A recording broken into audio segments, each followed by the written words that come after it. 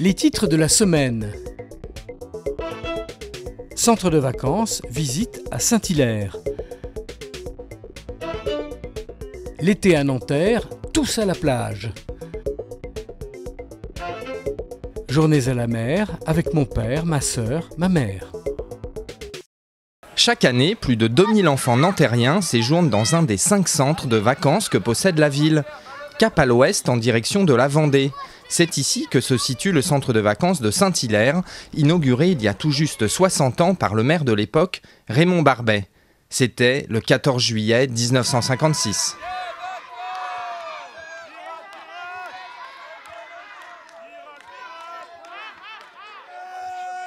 À Saint-Hilaire, tout commence par la danse du matin. Après un bon petit déjeuner, les enfants se réunissent sur le terrain de basket. Face à leurs animateurs, ils enchaînent chorégraphie en rythme. De quoi faire le plein de bonne humeur et commencer la journée du bon pied. Quelques minutes plus tard, un groupe d'enfants prépare ses vélos. En compagnie d'Alexandra et Hakim, leurs animateurs, ils s'apprêtent à pédaler jusqu'à la plage de Saint-Gilles-Croix-de-Vie, la commune voisine, où ils s'initieront au stand-up paddle. On aura 40 minutes de vélo pour aller à la plage pour faire du paddle. En fait, on est sur une planche et on doit ramer en fait. C'est bien parce qu'il fait beau, il y a plein de jeux et on peut aller se baigner. On découvre une nouvelle ville avec des copains et tout. C'est bien. À Saint-Hilaire, les activités nautiques sont bien sûr mises à l'honneur. Située au cœur d'une pinède de 17 hectares, la mer est accessible à pied en une vingtaine de minutes à un rythme de vacancier. Par rapport aux années précédentes, on a 4 objectifs. Le premier, c'est la découverte d'un nouvel environnement, à savoir le milieu marin. Donc ça va être tout ce qui est, encore une fois, les baignades, les plages, les pêches à pied, les aquariums, vivariums, etc. Un peu plus loin, sur le plan d'eau de la Soudinière, un autre groupe découvre l'Optimiste, ce petit bateau à voile qui se barre à 2. Encadrés par des moniteurs de la Fédération française de voile, les apprentis marins se lancent dans une mini-régate. En fait, on a aussi regardé bâbord et tribord parce que c'était aussi important de quel sens notre voile a tourné. Donc on regardait notre voile. Après, quand on a changé les rôles, on a été toujours en écoute. C'est comme ça qu'on a réussi. Retour au centre, il est midi. C'est le moment du repas confectionné quand c'est possible avec des produits locaux. L'équipe de cuisine, constituée elle aussi de saisonniers locaux, fait le maximum pour satisfaire les enfants. Tout est comme chez mamie, papy, les gâteaux. On essaye de faire le maximum pour les enfants. Après le repas, c'est le moment de se détendre. Certains entament une partie de ping-pong ou de baby-foot, d'autres optent pour le repos à l'ombre des pins. C'est aussi ça les vacances, la liberté de ne rien faire. Les enfants sont en vacances, donc le fait de faire attention au rythme, de ne pas surenchérir d'activités, mais aussi de prendre le temps, de créer des espaces à thème, hamac, détente. Voilà, on est vraiment à avoir la sensation de vacances.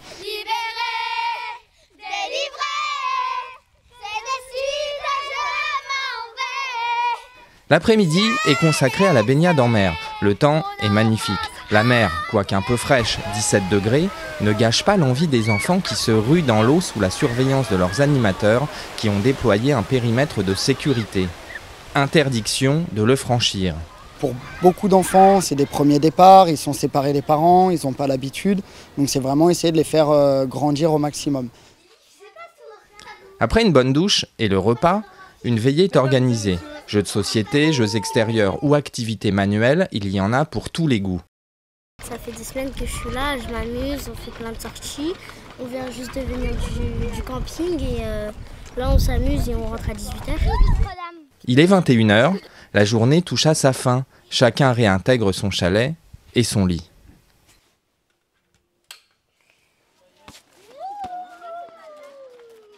Un peu plus tôt dans la journée, pour un premier groupe d'enfants, la colo c'était déjà fini.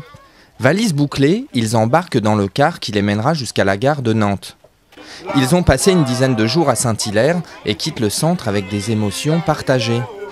Heureux de retrouver leur famille et tristes de quitter leurs copains et animateurs. Dans la soirée, ils seront à Nanterre, des souvenirs plein la tête.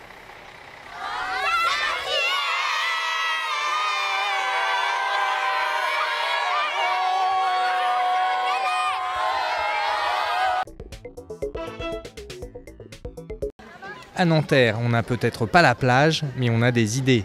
Depuis le 16 juillet, la plage accueille les visiteurs au stade Gabriel-Péri.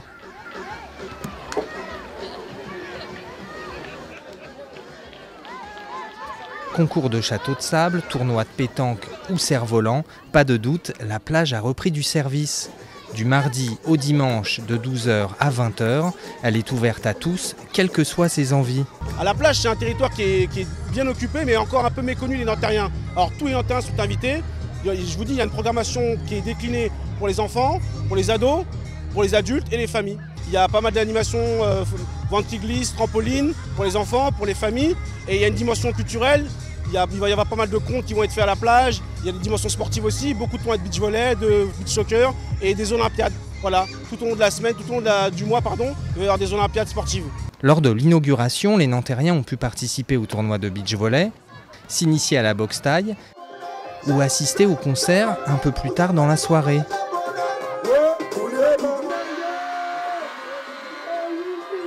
Alors aujourd'hui à 18h, on est à 1100 personnes qui sont passées sur la plage de Nanterre. On a une capacité maximale de 1000 personnes.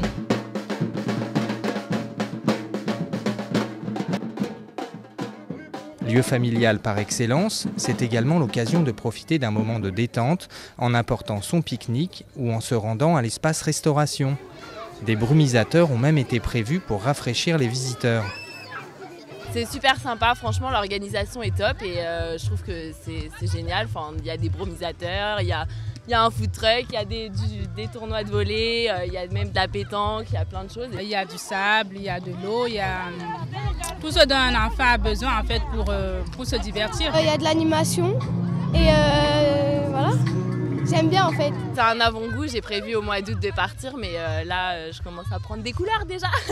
La plage est ouverte jusqu'au 21 août. Pour découvrir le programme hebdomadaire, il suffit de consulter la page Facebook ou Twitter de la ville de Nanterre.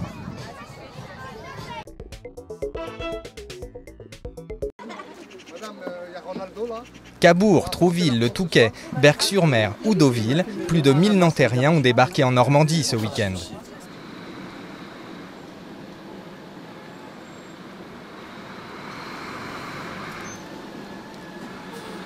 Aujourd'hui, c'est une grande journée. En fait, c'est la ville de Nanterre qui organise, comme depuis plusieurs années, des journées à la mer.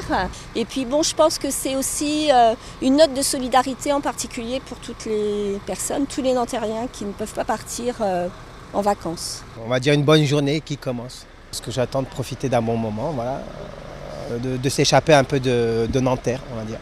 Ça permet à des personnes qui n'ont pas beaucoup de moyens de partir ou à des enfants qui n'ont jamais connu la mer de partir et qui ne peuvent pas partir par leurs propres moyens. Il est 7h30. 4 autocars quittent l'avenue Pablo Picasso, direction Deauville. Ici, comme dans les autres quartiers de la ville, on se prépare à passer la journée à la mer. 3 heures de route et une pause gourmande plus tard, nous voici arrivés à Deauville. Avec ses planches, sa plage de sable et son ciel bleu.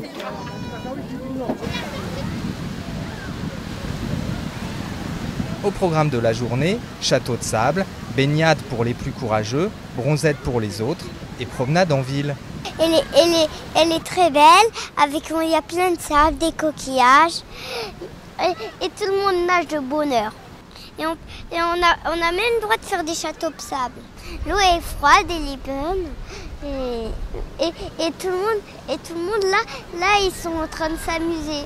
On peut s'amuser, on peut voir notre famille et on peut passer des bons moments, c'est l'essentiel. Une autre journée à la mer aura lieu le samedi 20 août. Il reste encore quelques places. Information au 39 92. La suite en bref. Travaux de voirie avenue Félix Faure.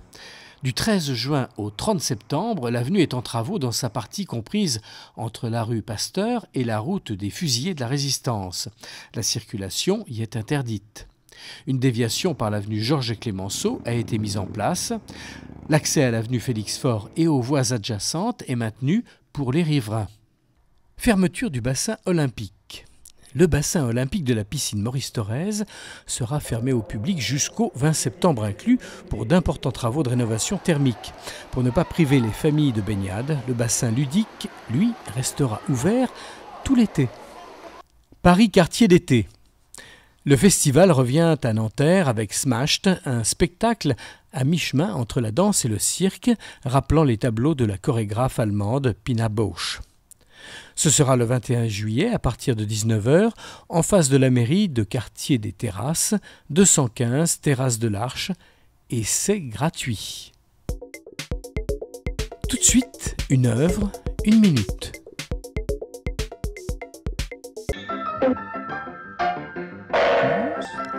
Ciné-Patrimoine, c'est un classique du patrimoine cinématographique à voir ou à revoir sur 3 séances au cinéma Les Lumières.